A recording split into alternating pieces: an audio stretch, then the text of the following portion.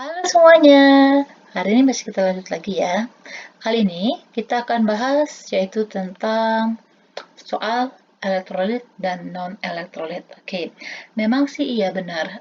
Dari semua pelajaran yang ada, elektrolit dan non-elektrolit ini merupakan pelajaran yang paling mudah.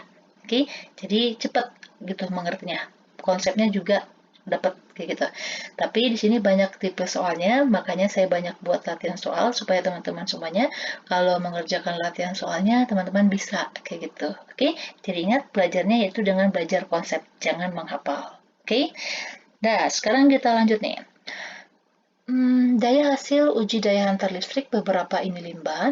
Oke, di sini limbahnya yaitu adalah air kelapa, air hujan, air laut, sabun, sama air soda. Berdasarkan data tersebut, air limbah yang diharapkan dapat mengantarkan arus listrik yang baik yang mana? Oke, teman-teman ingat aja, kalau dia kan elektrolit itu jenisnya ada dua ya kan? Ada elektrolit, kan gini, elektrolit dan non-elektrolit, ya kan? Kalau elektrolit ini itu dapat dibedakan menjadi dua, yaitu elektrolit kuat dan elektrolit lemah.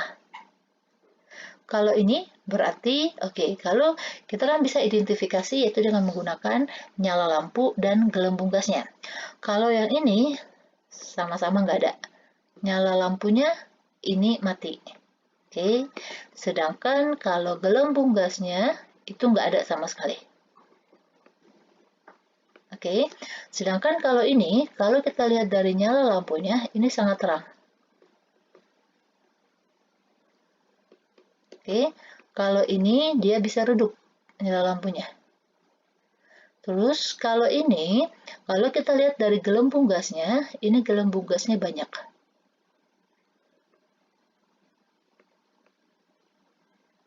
Oke, sedangkan ini dia gelembung gasnya sedikit.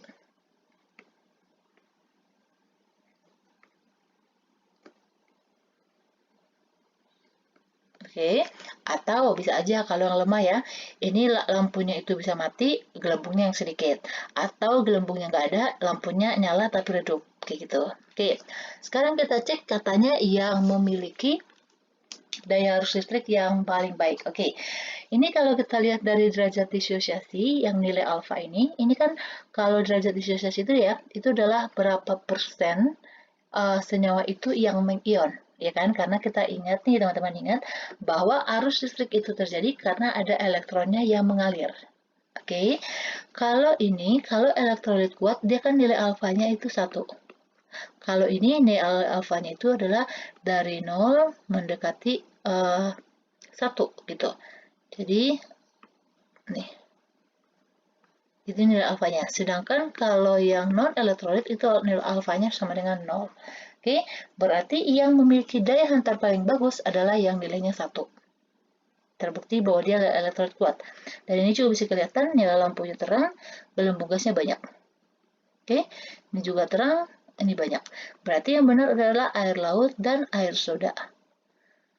Kita mau jawabnya C. Oke, jadi kalau teman-teman lupa ini, cek aja di sini ya. Kalau nilai alfa yang 1, berarti itu adalah elektrolit kuat. Oke, next. Air limbah yang tergolong ke dalam elektrolit lemah. Oke, kita cek aja ya. Kalau saat kita lihat aja nih dari derajat di ionisasinya atau alfanya. Kalau satu ini salah, ini kuat, elektrolit kuat. Kalau yang ini nilainya 0, ini udah jelas ini adalah non-elektrolit. Oke, berarti kemungkinan adalah yang dua ini. Sekarang kita cek nih ininya, nyala lampunya ini padam, ini sedikit, oke itu bisa. Ini padam, ini sedikit, oke bisa. Berarti jawabnya adalah D sama E. Ketemu kan? Oke, next lagi. Yang tergolong ke dalam elektrolit kuat. Oke, lagi-lagi nilai alfanya ada, cek aja. Berarti ini nilainya 1 kan berarti ini kuat. Ini dia 0, berarti ini non. Berarti dia nggak bisa ngantaran arus listrik. Kayak gitu. Itu kalau nilainya 0. Ini dia 1, berarti ini juga kuat. Ini dia masih kecil, ini berarti yang lemah. Yang diminta adalah yang kuat. Berarti 1 dan 3. Kita cek, ini dia menyala, gelembungnya banyak. Menyala, gelembungnya banyak. Berarti jawabnya A dan C. Ketemu jawabnya B. Oke, next lagi. Larutan yang akan menunjukkan adanya sedikit gelembung. Oke, sedikit gelembung dan padamnya lampu. Ini berarti kriteria dari apa? A, pinter. Ini kriteria dari elektrolit lemah. Oke, berarti kita cek dulu. Ini dalam bentuk senyawa loh. Jadi nggak ada gelembung, nggak ada apa, nggak ada alfanya, tapi dalam bentuk senyawa. Kalau seperti ini, teman-teman harus bisa bedain, ya kan? Nih, jadi kalau dia elektrolit, itu dia terdiri dari senyawanya ya, asam, basah, satu lagi garam. Oke, ini elektrolit. Sedangkan kalau non-elektrolit, oke, ini biasanya ya, pada umumnya, ini adalah senyawa organik. Oke, pada umumnya. Senyawa organik. Oke, kalau dia elektrolit lemah, ini berarti terdiri dari asamnya asam lemah, terus basanya juga basa lemah, kayak gitu. Terus kalau garam, teman-teman ingat kan, kalau garam itu adalah hasil reaksi dari asam dan basa, berarti gabungan dari yang dua ini, garamnya. Kayak gitu. Berarti kita cek nih, CONH2 dua kali ini adalah urea. Oke, urea ini termasuk ke dalam senyawa non-elektrolit. Oke, di sini ada urea. Berarti ini salah. C6H6 ini adalah rumus kimia bensin. Di sini enggak juga, itu salah. Oke, itu adalah non-elektrolit. C12, oke, kita buat di sini supaya teman-teman tahu ya. Ini namanya bensin. Kalau ini, kalau C12H12O11, ini rumus kimia apa? Pinter. Ini rumus kimianya sukrosa atau gula. Oke, atau rumus kimianya dari disakarida. Oke, dia masuknya ke sini. Oke, AlOH 3 kali ini termasuk ke dalam apa? Pintar. Ini adalah basa lemah. Berarti dia masuk sini kan? Berarti jawabnya adalah yang D. Sedangkan kalau BaSO4 ini adalah garam kuat. Karena kenapa? Ini kan kalau ini garamnya ya berarti terbentuk dari asam lemah dengan basa lemah. Kalau ini BaSO4 itu terbentuk dari BaOH 2 kali ditambah dengan H2SO4. Ini merupakan basa kuat, sedangkan ini merupakan asam kuat. Kalau kuat ketemu kuat, nanti masuknya ke elektrolit kuat. Oke, bisa ya. Jadi ketemu jawabnya adalah yang D, yang termasuk ke dalam elektrolit lemah. Karena kan di sini katanya sedikit gelembung dan padamnya lampu. Oke, next lagi. Larutan yang partikelnya mengandung banyak molekul dan sedikit ion. Oke, kita harus tahu bahwa senyawa yang mengion atau banyak menghasilkan ion itu adalah senyawa elektrolit. Di sini yang diminta adalah yang banyak yang mengandung molekul. Kalau dia senyawa non-elektrolit, oke, dia itu mengionnya menghasilkan molekul. Kayak gitu. Tetapi di sini katanya molekulnya banyak, tapi ada sedikit ionnya. Berarti ini termasuk ke dalam yang lemah. Oke. Kalau dia katakan bahwa nih larutan yang mengandung molekul, kalau disebutin begitu, berarti itu jawabnya adalah yang non elektrolit. Tetapi di sini dibilang masih ada ionnya. Oke, berarti itu lemah. Ini kita identifikasi ya satu-satu. NH4OH ini merupakan basa lemah. Berarti nanti jawabnya adalah yang ini ya. Oke, kalau yang ini merupakan asam kuat. Kalau yang ini, apa? Ini merupakan senyawa organik.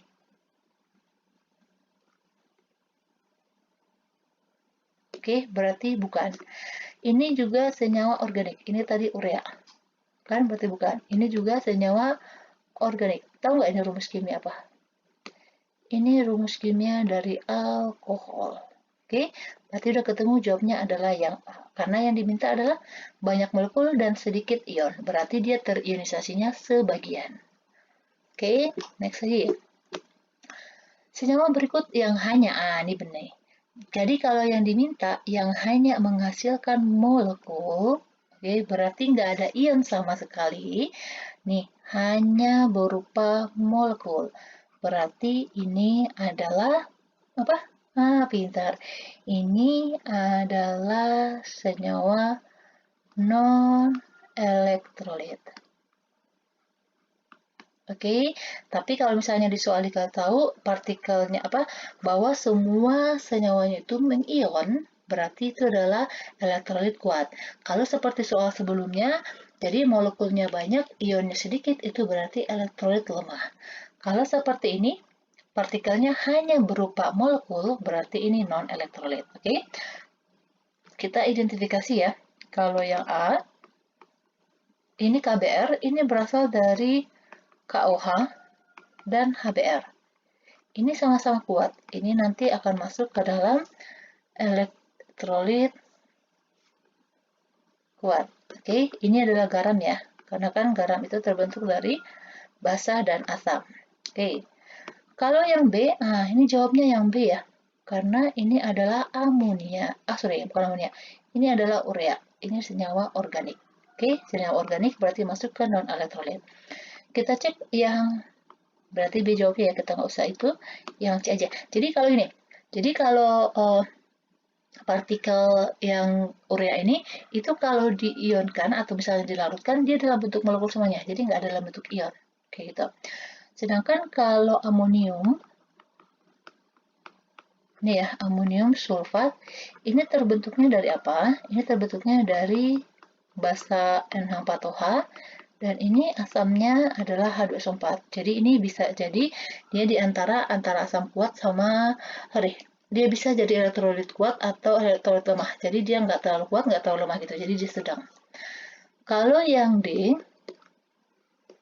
ini natrium fosfat.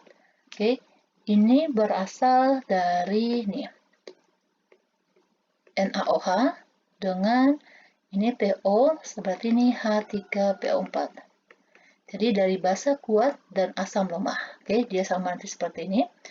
Kalau yang E, kalau NaMnO4, ini nanti dia dari NaOH, ini dari bisa jadi ini kalau diionin ya.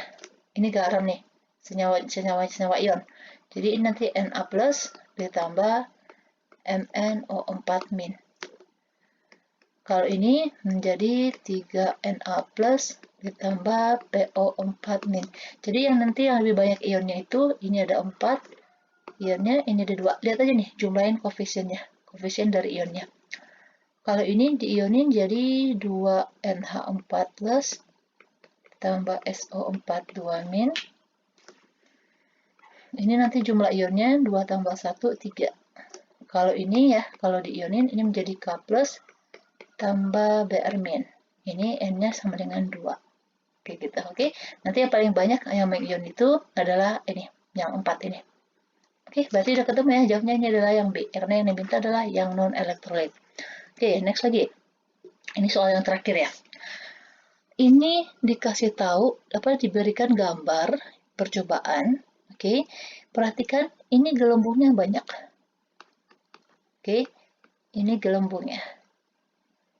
Ini gelembungnya banyak. Terus ini nyala lampunya terang ya. Ini terang. Yang ditanya, yang mana yang sesuai? Ini rumus kimia lo semuanya. Jadi teman-teman harus terbiasa, oke? Jadi kalau lo ada rumus kimia, teman-teman usahain tahu rumus kimia itu apa, namanya apa, dan dia itu termasuk ke dalam asam kuat, basa kuat, atau garam. Oke, kita cek. Berarti ini nanti nyala lampunya terang, gelembung banyak, ini berarti elektrolit kuat ya.